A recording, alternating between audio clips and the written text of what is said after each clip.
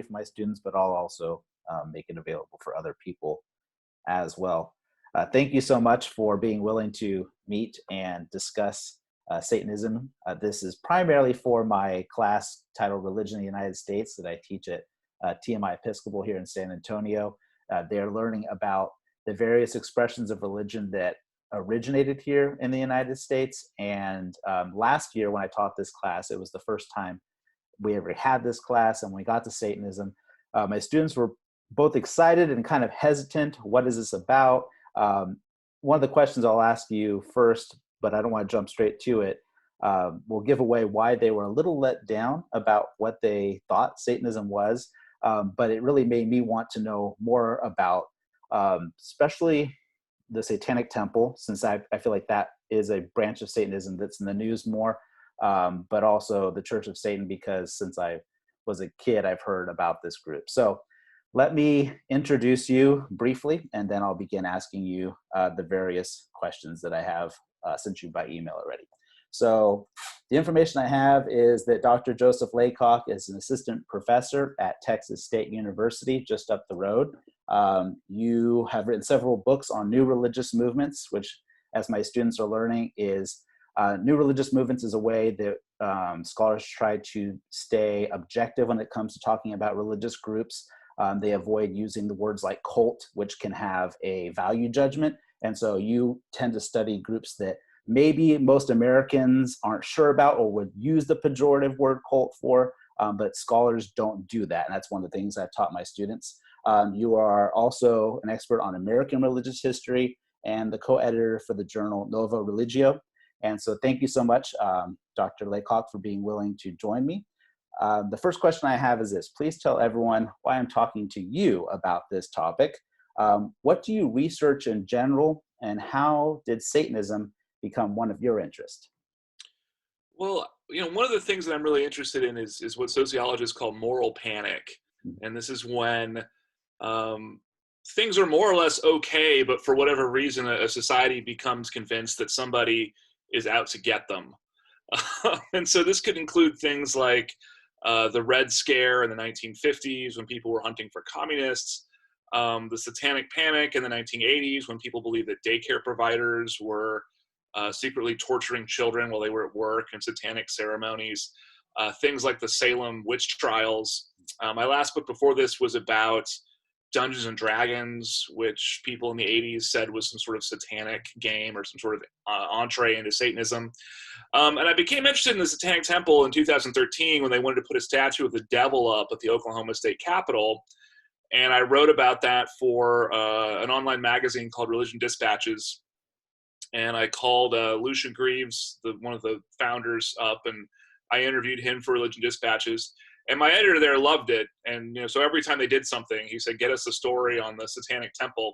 And eventually I decided that there was sort of more to tell here. So my interest is not really that the Satanic Temple itself is particularly interesting, although they are, but that the kinds of provocations that they do are changing the way Americans think about what religion is and what religious liberty is.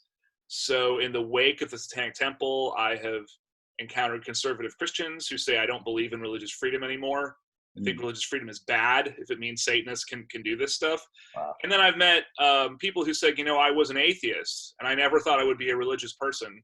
Yeah. And now I'm religious because of the Satanic Temple. So to me, that's what's really interesting. Right. Is taking this really nebulous, messy category of religion and forcing people to think about it in a way that they didn't before. That's excellent. I'm glad that what we're going to talk about at the very end, the last question I actually asked you about that, because I already can predict based on last year that a lot of my students are going to have the question, is this really a religion? So I'm excited that we're going to come back to that. But let's get to the part that I know that my students are going to be most disappointed in. One of the first things I have to tell them about Satanism, and they do find this somewhat surprising, is that most Satanists don't actually believe that Satan is a real metaphysical being. Instead, he's more of a symbol, we might say. Can you explain what Satan symbolizes to most Satanists? Why Satan? Sure. So as you mentioned, you have what's sometimes called theistic and atheistic Satanism. I have met probably 2 people ever who fall into the category of theistic Mm. Satanism and are serious about it, are not just sort of, angsty, middle schoolers or something like this, right? And even then, it's often, for example, I met a high priest of the Temple of Set who said, well, it's this sort of being that wants us to evolve very rapidly, and its true name is Set, and it's referred to as Satan in the Bible, but it's not this enemy of mankind in the Bible. So for the non-theistic Satanists, Satan is basically their favorite fictional character. Mm. And to understand what this character means to them, the Bible is not really much help, right? And this whole story of Satan was the greatest of the angels and rebelled against God, it's not really in the Bible, Right. right? If it were, we would expect to find that in Genesis, right? Before Right. Adam, and it's not there, right? And there's, around the 2nd to 4th century Bible, early Christian leaders began saying, oh, well, this is alluding to it, right? And things like this. So if we're looking for this story, we can't look to the Bible, and where we really find it is in people like John Milton, Paradise Lost, and then especially in the poetry of the Romantics in the 1800s. And there is sort of literature about how by the 1800s, Satan was seen as kind of a superstitious element of Christianity, kind of an embarrassment. The real Christianity should be about God, and especially about ethics and about being a good person. And you had educated Christians in the 1700s and 1800s basically saying, no, Satan's not really part of this. Satan was made up by the Catholics or something like this. And they kind of throw Satan under the bus so they can seem more modern. And this kind of frees Satan up. And so people like Lord Byron and Blake kind of dig Satan out of the junk heap and kind of reimagine this character, right? And they say, well, to rebel against God, that takes a lot of courage, right? If nothing else, that takes a lot of tenacity. And they not only sort of make Satan a compelling villain. I compare Satan, if your students have seen like the Infinity War movies, right? So Thanos, right? Or Thanos, to make Thanos a good villain, there has to be something noble about him, right? It's just misguided. And it goes from being kind of a compelling villain to actually being the hero. To actually being sort of, this is a sympathetic figure. God is a bully because God is infinitely powerful and he uses his power to punish people. And this dovetails with a lot of other stuff going on at the time. So in the 19th century, when these romantics were writing, this was also kind of, people were challenging monarchies, where monarchies had been the order of the day in Europe. People were challenging the authority of the church. And so Satan kind of got caught up in these larger conversations about how society should be ordered, how religion should be ordered, and so on. Excellent. So I'm going to jump back a few decades to one of the first people I know that popularized this kind of Satan as a rebel figure, and that is Anton LaVey. I grew up in the San Francisco Bay Area. I remember being a part of a youth group where we heard about the Black House in San Francisco, and we heard about the Church of Satan, and that whole ethos, even after it long faded. I lived in San Francisco in the 2000s, and there was still lots of discussion about what happened to the Church of Satan, who is a member of the Church of Satan. So can you tell us a little bit about Anton LaVey, who I see is in some ways a founder of Satanism in the United States, his Church of Satan, and can you explain to my students why is he important for understanding Satanism in the United States? So the word Satanists has been traced back to the Protestant Reformation and the wars of religion, right? So you had Protestants saying, you Catholics are Satanists, and Satanists saying, Catholics saying, no, you guys are Satanists. And Anton LaVey was basically the first person to stand up and say, wait, everyone, I actually am a Satanist, right? I'm not just being accused. There are a few people before Anton LaVey who some historians have said kind of fit the bill, but they certainly never got the kind of attention that Anton LaVey did. And so prior to 1966, when he founded the Church of Satan, he had this weird kind of club of people who would come over to his house, and he was just, he was called Dr. LaVey. He had no formal education, but he would give these lectures on vampires and witchcraft and just things you would see like late at night on the History Channel, basically. And someone said, you could start a whole religion about this. And I think it's quite plausible that he started all of this just kind of for the money and just to see what would happen. Yeah. But for the first time, you had someone saying, I am a Satanist, I run the Church of Satan. And then there was a novel called Rosemary's Baby. It was made into a horror movie in 1968. And it sold so well, and Avon came to Anton LaVey and they said, could you write a book about Satanism? And he said, well, no, I'm not really a writer, but I'll try. And so he produced the Satanic Bible, which is still in print. It's been translated into numerous languages.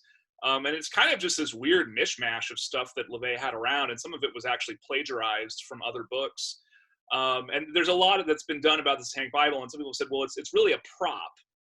Like, a lot of teenagers own a Satanic Bible, they've never read it. Right. But if they want to freak somebody out, they wave this book around because it's black and it has a scary red pentagram on the cover. Right. And so LaVey LaVey made people realize that Satanism is not just a legend, that it actually exists. It's something you can point to. And in the 60s, we have to remember, everybody thought Christianity was dying out in the 60s. Mm-hmm. And most of what Anton LaVey did was seen as kind of campy and amusing. And by the 80s, everything became much more serious, right? By the 80s, people said there's Satanists kind of lurking under every bush. And if you don't believe there's satanic cults, just look at Anton LaVey, right? He's the smoking gun, showing that all of these really scary claims are true.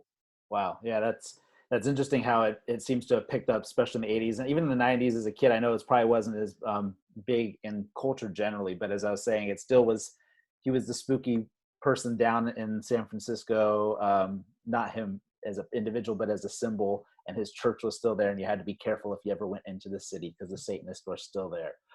In your excellent book that I am reading, which is the reason I got in contact with you, Speak of the Devil, How the Satanic Temple is Changing the Way We Talk About Religion, you focus on a new group of Satanists, the Satanic Temple, or abbreviated TST.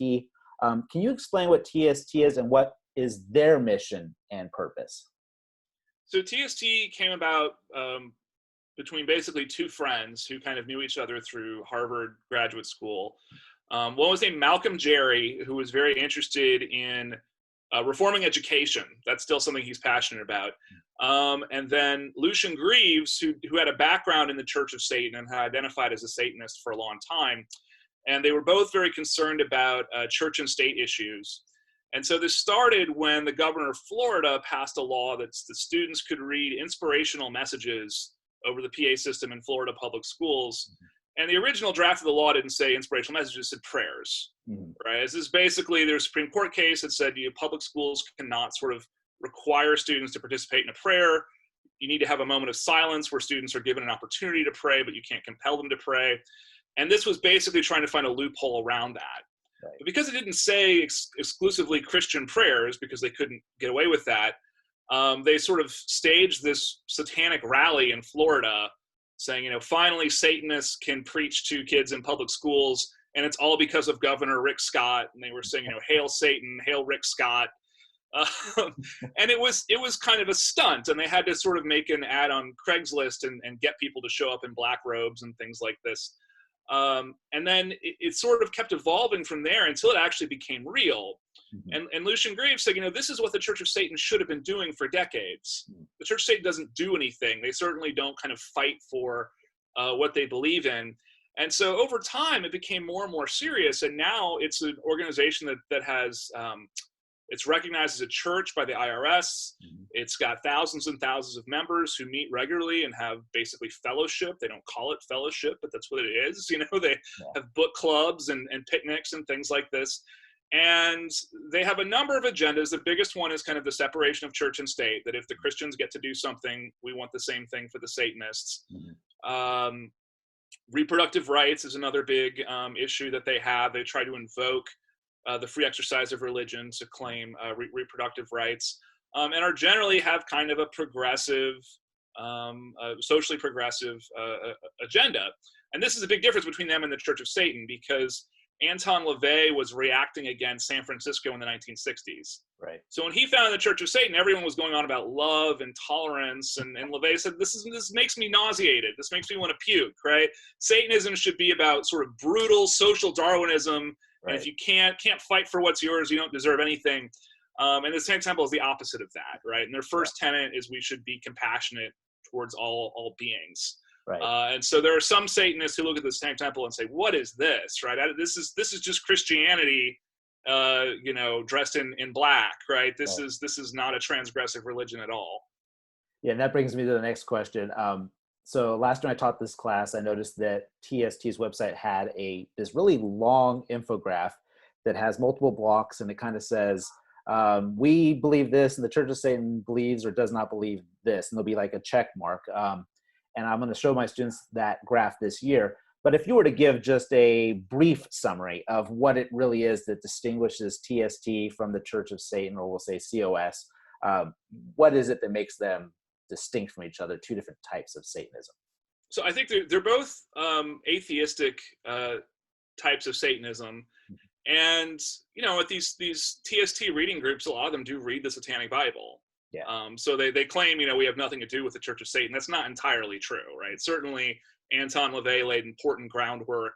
Lots of people who joined TST had a Satanic Bible before they were drawn to this. So I think the first big difference is LaVey advocates this kind of brutal social Darwinism, and he's very influenced by Ayn Rand and sort of libertarian politics and things like this.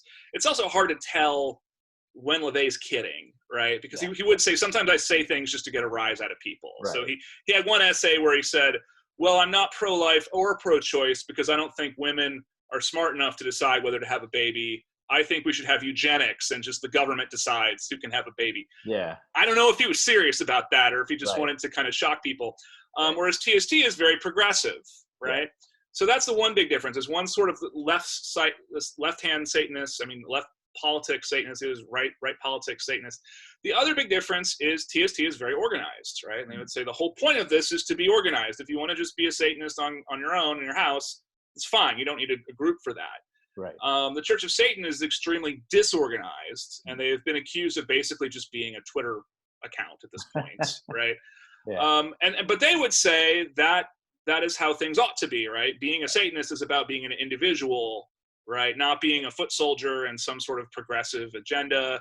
And I've seen these really interesting arguments where, people from TST will say, well, when Satan rebelled against God, he wasn't just like, okay, guys, if you want to rebel against God or not, like he had an army, right? Right. He organized the army, and they presumably had units and tactics. I don't know exactly how angels go to war. Yeah. And so they are sort of being truer to the myth of Satan by working together.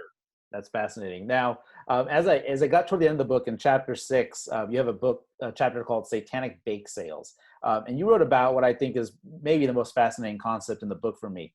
You talk about how Satanists wrestle with the best way to appropriate what you call the inverted order, or also another topic is the discourse of evil.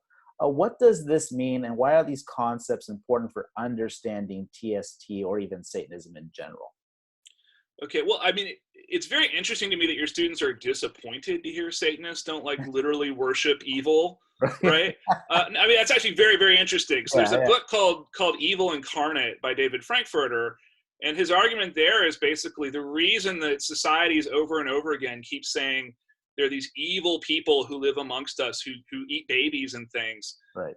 He says this happens over and over, and it was first under the Christians, right? Things said about Christians was they eat babies and they practice incest. Yeah. And then the Christians became the dominant force, and they said the Jews do this. Yeah. And then we said witches do it. And then in the 80s, we said Satanists do it. Right. So he says there's got to be a reason that this happens over and over again. And he said, I think that on some level we want to believe there is this sort of upside down world where good is evil and evil is good, because that somehow reassures us that we're the good guys. Right. It gives us a kind of moral certainty that we wouldn't have unless we were fighting something truly demonic. And so I find that throughout history, there have been moments where people have said, I am this evil thing, and it's not what you think it is. And it's sort of like this judo move, right? So in the chapter, I start with an example of this guy who was accused of being a werewolf. Right. And he said, actually, I am a werewolf, and werewolves go and we go to hell once a year and we fight witches. And if we didn't do that, there'd be no harvest. Right. And we are the hounds of God, and you should be so thankful for us werewolves. But it sounds like a role-playing game or something. And this was actual testimony that this guy made. in the 16th century. So I see the Satanists, TST, is doing something very similar. They're saying, yes, we are Satanists, but look at us. We do more good works than the Christians. Wow. Yeah. Right? We're doing more charity work. We're doing more to feed the homeless. They do something called menstruating with Satan, where they collect sanitary products for homeless women and things like this. And I've talked about, why do you guys do this? Uh-huh. And I've gotten a range of responses. So some people just say, well, it's the right thing to do, right? It's not necessarily a Satanist thing. We just ought to help others. And some have said, well, it makes me feel good, right? So therefore it's actually selfish, right? It's hedonistic, right? I like to, drink whiskey because it makes me feel good. And I like to help people because it makes me feel good. Right. And there was one person who said, I do this because it's a slap in the face of the Christians every time I help someone. Wow. Right. Yeah. And I have found that the opponents of the Satanic Temple, this is like the worst thing that they do. Yeah. Right. Yeah. Not the black masses, not the blasphemy, but to actually go out and help people, because that's blurring these lines between good and evil. Right. And they like to have those lines really crisp. And traditionally, Satanists have helped to keep those lines very crisp. Yeah. And now they're getting messy. It's interesting because it's kind of punny here, but you want to be able to demonize people that all dress in black and do mysterious rites in their basement, which the Church of Satan, as you're saying, does seem to fall into that or enjoy doing that. But the Satanic Temple, with things like bake sales and charity for those who are in need, it makes you go, wait, how do I define you as bad when you're good? And that really does mess with categories. That is one of the things I found so interesting. And the second thing, and this will be the last thing I really want to focus in, because in this class, in a couple of my classes that I teach, I really try to get my students to think about the fact that we construct the category of religion. So even though it was a really hard article for them to read, they did read J.Z. Smith's Religion's Religious. And they have the basic sense that, okay, religion is kind of the sociological category we create, we define it. But there's also that tug that still pulls on all of us that says, no, there must be something inherent that makes that a religion and that a philosophy, or that religion and that a political club. And I think a lot of my students are going to have an initial gut reaction to say, well, TST sounds, they don't believe in a God. They seem like a club or a philosophy. Or the Church of Satan seems like a mockery of religion or a fake religion. Can you explain why it's problematic to just simply dismiss TST and COS out of hand as mock or fake religions? Yeah, I think, part of the problem is, they're actually going to court, right? Right. And so they haven't had a Supreme Court case yet, but they may one day soon. Yeah. They have one case that's likely to head to a federal court, and the courts have said this is a religion, right? The IRS has said this is a religion, right. And so J.Z. Smith's point is, religion is what he calls a second order category. It's made up by people for their purposes.